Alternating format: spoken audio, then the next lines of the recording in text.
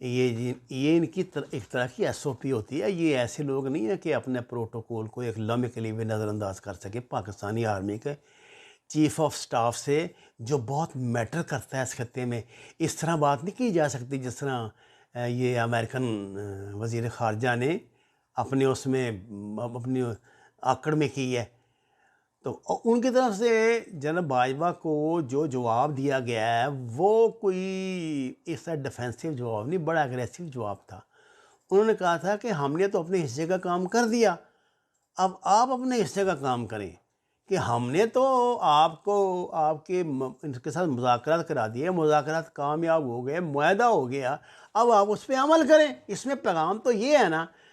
جب کہ Joe Biden اس معاہدے کو مانتا ہے نہیں، یہ بھی بڑی عجیب بات ہے. ایک جو صدر ٹرمپ تھے انہوں نے یہ معاہدہ کیا اپنی ذاتی حیثیت میں کیا تھا؟ نہ، انہوں نے معاہدہ امریکن پریزیڈنٹ کی حیثیت میں کیا تھا. اور امریکن پریزیڈنٹ جو ہے وہ اس نے جتنے وہ جو دنیا کے ساتھ معاہدے کرتا ہے تو کیا یہ سمجھ لیا جائے کہ وہ تب تک ہی قائم رہتے ہیں جب تک وہ ہو؟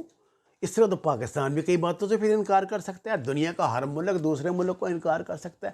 یہ جو اس طرح کی اس نوعیت کے معاہدے ہوتے ہیں نا، خاص طور سے بین الاقوامی نوعیت کی جن کی اہمیت ہوتی ہے، یہ معاہدے بہت گارنٹیڈ ہوتے ہیں.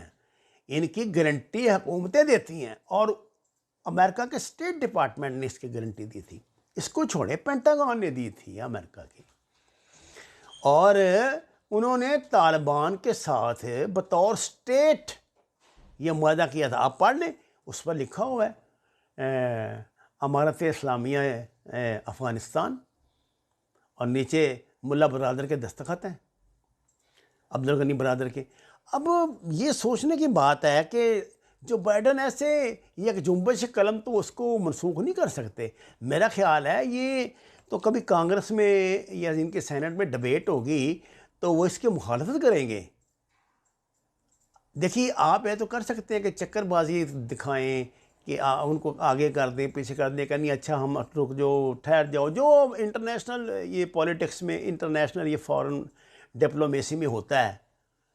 لیکن آپ ان سے یہ کہہ دیں کہ نہیں جی ہم تو اسے تسلیم ہی نہیں کرتے، یہ کہاں کا انصاف ہے؟ مجھے تو خلیل ظلم ذات پہ حیرت ہو رہی ہے کہ وہ ٹرمپ کی طرف سے بھی یہ معاہدہ پہ بھاگ دوڑ کرنے آتا تھا اور ان کی طرف سے بھی آتا ہے. وہ پاگل ہے. آدمی کا کوئی ذاتی کردار بھی ہوتا ہے، اور ڈپلومیٹ جو ہوتے ہیں وہ اس طرح کی نہیں، وہ اس باتوں پہ استعفیٰ دے دیا کرتے ہیں. اب طالبان کی طرف سے بہت دباؤ ہے ان پہ. دیکھیے ناظرین کرام، میں دعوے تو نہیں کرتا، لیکن میں نے آپ کو کہا تھا جب یہ آیا تھا نا جو بائیڈن، تو اس نے آتے ہی وہ قرآن پاک کی آیتوں کے حوالے دینے شروع کر دیے تھے. بڑے یہاں لوگوں نے ہمارے وہ ہو گیا وہ ہو گیا. اور خدا کے لیے ان دجالیوں کی چالوں کو سمجھو بے وقوفو، اندھے نہ ہو جایا کرو. جنہیں لائی گلی وہ نال ٹر چلی. اپنی عقل بھی استعمال کیا کرو. میں نے آپ سے کہا تھا یہ بندہ بڑی خون ریزی کروائے گا، اور وہ خون ریزی وہ صرف یہاں تک محدود نہیں، افغانستان تک، اب اس نے پوری دنیا میں پھیلا دی. آپ کا کیا خیال ہے کہ 40 ملکوں کے سربراہوں کو بلا کر اس نے یہ تاثر نہیں دے دیا پاکستان کو کہ نکلو، تم میری لسٹ سے نکل گئے، اور سیدھا پیغام دیا ہے کہ یا تو چین کے ساتھ جاؤ یا ہمارے ساتھ آؤ. ایسا دنیا میں کبھی نہیں ہوا تھا.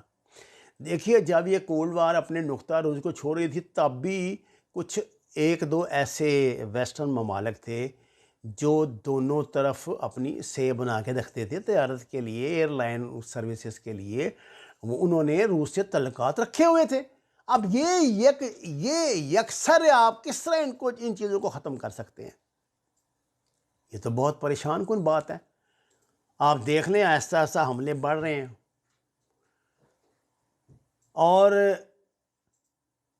چین کا شکریہ ادا کریں کہ کم از کم وہ اس پوزیشن میں ہے کہ ایران کو، جو ایران کی ایک یعنی ایک مسلکی ہمارے ساتھ مخاصمت ہے، اس کو تو روک دے گا. وہ ہے اس پوزیشن میں. لیکن یہ بہت بڑا فیصلہ ہے، یہ بڑے لیڈر کر سکتے ہیں. اگر عمران خان خود کو لیڈر سمجھتے ہیں تو انہیں یہ فیصلہ کرنا پڑے گا چین یا امریکہ.